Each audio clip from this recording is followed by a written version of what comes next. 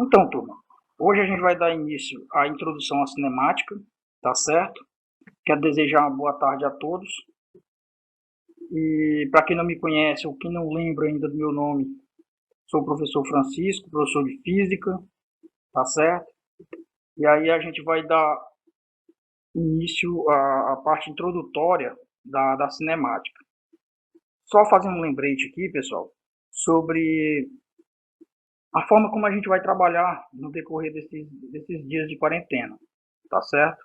Então, vou lançar no grupo do WhatsApp, vou lançar tanto a aula em forma de PDF, né, como a aula de slide em forma de vídeo, tá certo? Para que vocês consigam acompanhar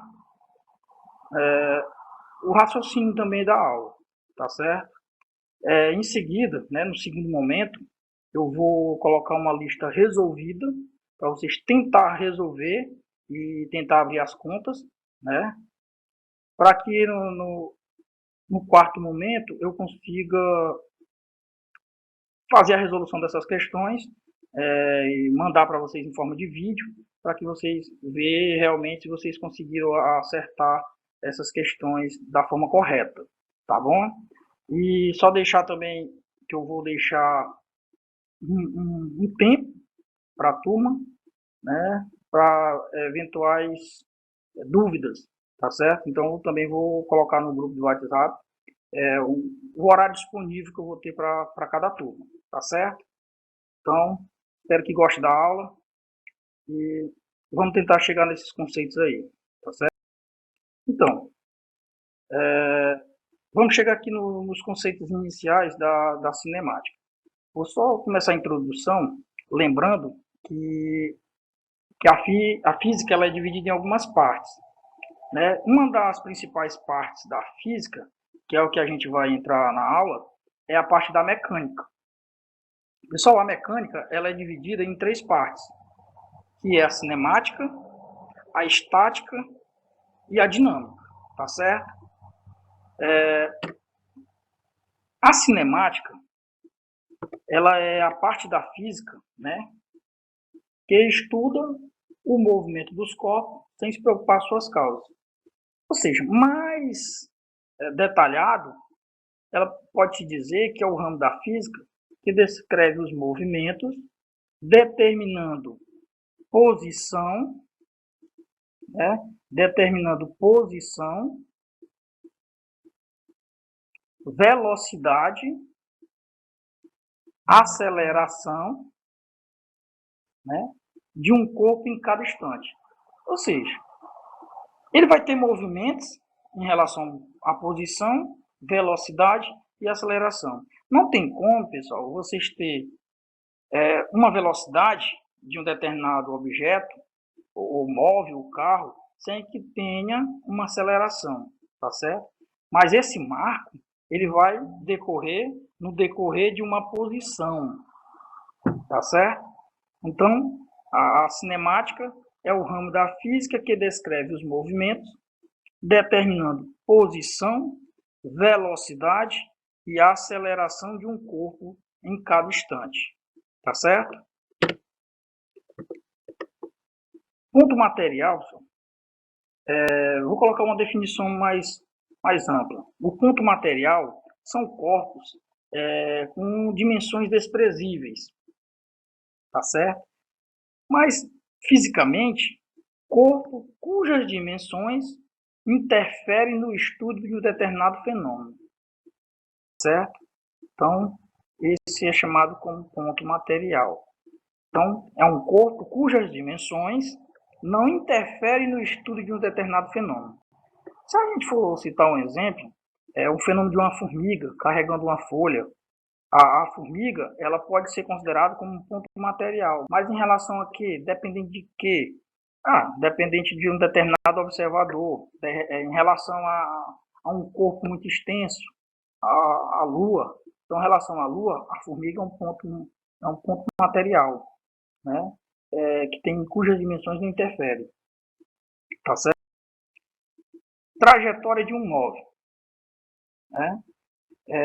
A trajetória ele é um conjunto de posições sucessivas ocupadas pelo móvel no decorrer do tempo, em relação a um determinado referencial. Só, o que eu quero detalhar é o seguinte, o referencial, nós todos, quando a gente fala em relação, posição, a gente tem que detalhar um referencial, né? Porque um corpo pode estar em movimento e o outro pode estar parado. Mas em relação a quem? Quem é que está em movimento? Quem é que está parado? Então vai depender de quem? De um determinado referencial, de um observador, de quem está observando, tá certo? Então isso pode ser chamado de trajetória, mas a trajetória de um móvel, de um corpo, ele vai depender também do seu referencial, tá certo? O espaço, fisicamente, o espaço é uma grandeza que determina a posição de um móvel, né, numa determinada trajetória. Só voltando para a trajetória. A partir de uma origem arbitrária, a origem dos espaços. Então, a unidade de medida do espaço, ele pode ser dado em centímetros, em metros, quilômetros, né, e o quilômetro. Então, se a gente tem aqui uma origem, a origem zero, então eu também vou ter o meu espaço inicial, zero, né? Então, aqui eu vou ter um espaço total, tanto do meu inicial até o meu ponto final. Isso nessa trajetória no sentido progressivo, tá bom? Então aqui eu vou ter um determinado espaço, quando eu tenho o meu inicial e tenho o meu final. Então isso é chamado de espaço. E todo espaço ele é dado em centímetros, em metros ou em quilômetros. Variação de espaço. Pessoal, a variação de espaço de um determinado móvel, seja o espaço 1, isso significa espaço inicial, né, de um móvel, no instante T1, meu tempo inicial, só lembrando que todo tempo inicial ele é igual a zero, tá certo? E o meu espaço final, que é de onde eu termino, de onde eu inicio aonde eu termino o meu espaço, tá certo? No instante posterior, que é o T2. Então aqui eu vou ter minha variação de espaço e vou ter minha variação de tempo, tá certo? A variação do espaço de um móvel, no intervalo de tempo, tá aqui, intervalo de tempo, ΔT, né? ΔT significa tempo final menos o tempo inicial. Isso é uma grandeza, tá certo? Então, lembrando aí da variação de espaço, ΔS, né? ΔS significa variação de espaço, que é o espaço final menos o inicial, tá bom? Então ele é representado por S, mas pode ser representado também por X, né? Pode ser assim também, ó, delta X igual, vou colocar aqui não vai ficar muito bonito não, X inicial, pode ser assim, X, aliás, X final menos X inicial. Então pode ser assim também, tá certo? Então vai depender de qual livro você adotar, tá bom? Isso é variação de espaço. Então, sendo que ΔS significa variação de espaço, S1 significa espaço inicial e o S2 espaço final, tá bom? Então, aqui nós estamos tendo uma variação de espaço. A variação de tempo, ela varia entre dois intervalos, tempo final e tempo inicial, tá certo? Então, ΔT significa variação de tempo, T1 significa tempo inicial e o T2 significa tempo final, tá certo? Para frente. Pessoal, o referencial. Tinha até falado no slide anterior sobre o referencial. Referencial é um corpo em relação ao qual identificamos se o outro corpo está em movimento ou repouso. Ou seja, o referencial ele só está relacionado a movimento e a repouso. Alguém que está observando algo que está em movimento e algo que está em movimento vai observar que algo está em repouso. Isso vice-versa. Então, isso é chamado de referencial, tá bom? Então, um exemplo disso. Um corpo está em movimento em relação a um determinado observador. Aliás, desculpa. Um corpo está em movimento em relação a um determinado referencial. Quando sua posição nesse referencial varia no discurso do tempo. Então, se ele varia, obviamente, se ele varia, esse corpo está em movimento, tá certo? Então, se ele varia, esse corpo está em movimento. Pegando o inverso desse movimento. Um corpo está em repouso em relação a um determinado referencial. Quando a sua posição nesse referencial, ele não varia no discurso do tempo. Se ele não varia, isso quer dizer o quê? Esse corpo está em repouso. Então, o referencial está relacionado a duas unidades, movimento e repouso. Tá certo? Vou pegar um exemplozinho aí. Uma pessoa está viajando sentada num ônibus, que se aproxima de um ponto de parada. A pessoa está em movimento ou em repouso? Olha um exemplozinho aí. Então, pessoal, para a gente ter noção do que seria movimento, repouso, definições de um determinado referencial, então ele vai depender de quem? Do referencial adotado. Por isso é que eu digo, os conceitos de movimento e de repouso de um corpo, ele depende do referencial adotado.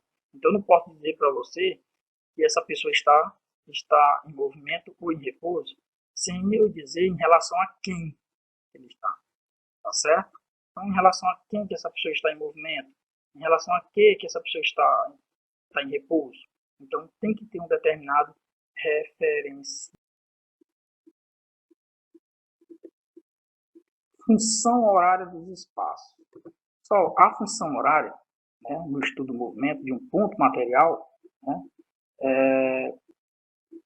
eu sei que essa função horária ela é uma relação matemática entre os espaços e tempo. Tá bom? Vou pegar um exemplozinho de uma função horária. O espaço S é igual a 4 mais 6 vezes T. Para S, o espaço em metros e T em segundos. Nós sabemos que a unidade de medida de espaço é dada em metros, né? E o tempo ele é dado em segundos. E o sistema de unidades, né? Isso para o Sistema Internacional de Medidas, que é o SI. Tá bom? Aí eu pergunto, para o tempo igual a 0 e o espaço igual a 4, se a gente pegar e substituir o tempo, né? Se a gente substituir o tempo por 0, né? E o espaço por 4, aliás, desculpa, se a gente substituir o tempo por 0, o espaço vai ser igual a 4, porque o espaço vai ser igual a 4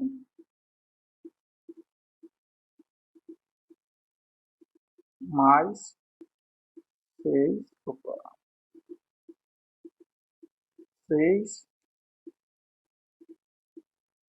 vezes 0. Então o espaço aqui vai ser igual 6 vezes 0, 0. Então sobra quem? 4 metros. Certo? Então, voltando ao mesmo exemplo aqui, quando o tempo for 1, o espaço tem que ser quanto? Então é só a gente substituir agora aqui 1. Então o espaço seria igual a 4 mais 6 vezes 1. 1 vezes 6 dá 6, mais 4, 10. Então o espaço seria 10. Tá bom? Então um exemplozinho de função horária dos espaços. pegar aqui um exemplo 1 aqui, pessoal. Ao ler essa questão, você está sentado numa cadeira. Você está em repouso ou em movimento? Explique. E aí, o que é que vocês acham? Aí você está sentado nessa cadeira, na cadeira de vocês aí na sala de aula, e aí eu pergunto, você está em repouso ou em movimento? O que é que vocês acham? Responda no caderno de vocês, tá certo? Mas vou dar uma noção aí. Primeiro item.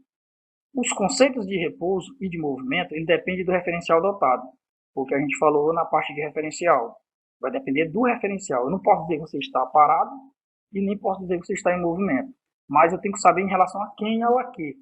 Tá certo? O item 2 diz o seguinte. Em relação à cadeira, você está em repouso. Tá certo? Então, em relação à cadeira, você está em repouso. E o item 3 diz o seguinte, mas em relação ao Sol, por exemplo, você está em movimento, acompanhando o movimento da Terra. Tá bom? Outro exemplo, outro exercício. O professor, ao iniciar o estudo de cinemática, ele afirmou que a forma de trajetória depende do referencial adotado. Você sabe citar um exemplo? Então, pessoal, espero que vocês tenham gostado da aula. Espero que tenha sido bem proveitoso a aula de cinemática. No próximo momento, eu vou colocar uma lista de exercícios resolvidos para vocês tentar resolver, abrir as contas, tá certo? E aí, em outro momento, eu vou gravar um vídeo sobre a resolução das questões, resolvendo as questões passo a passo, tá bom? E no quarto momento, talvez a gente faça uma atividade em forma de quiz, que é uma atividade avaliativa, tá bom? Então, espero que vocês tenham gostado. Até a próxima aula.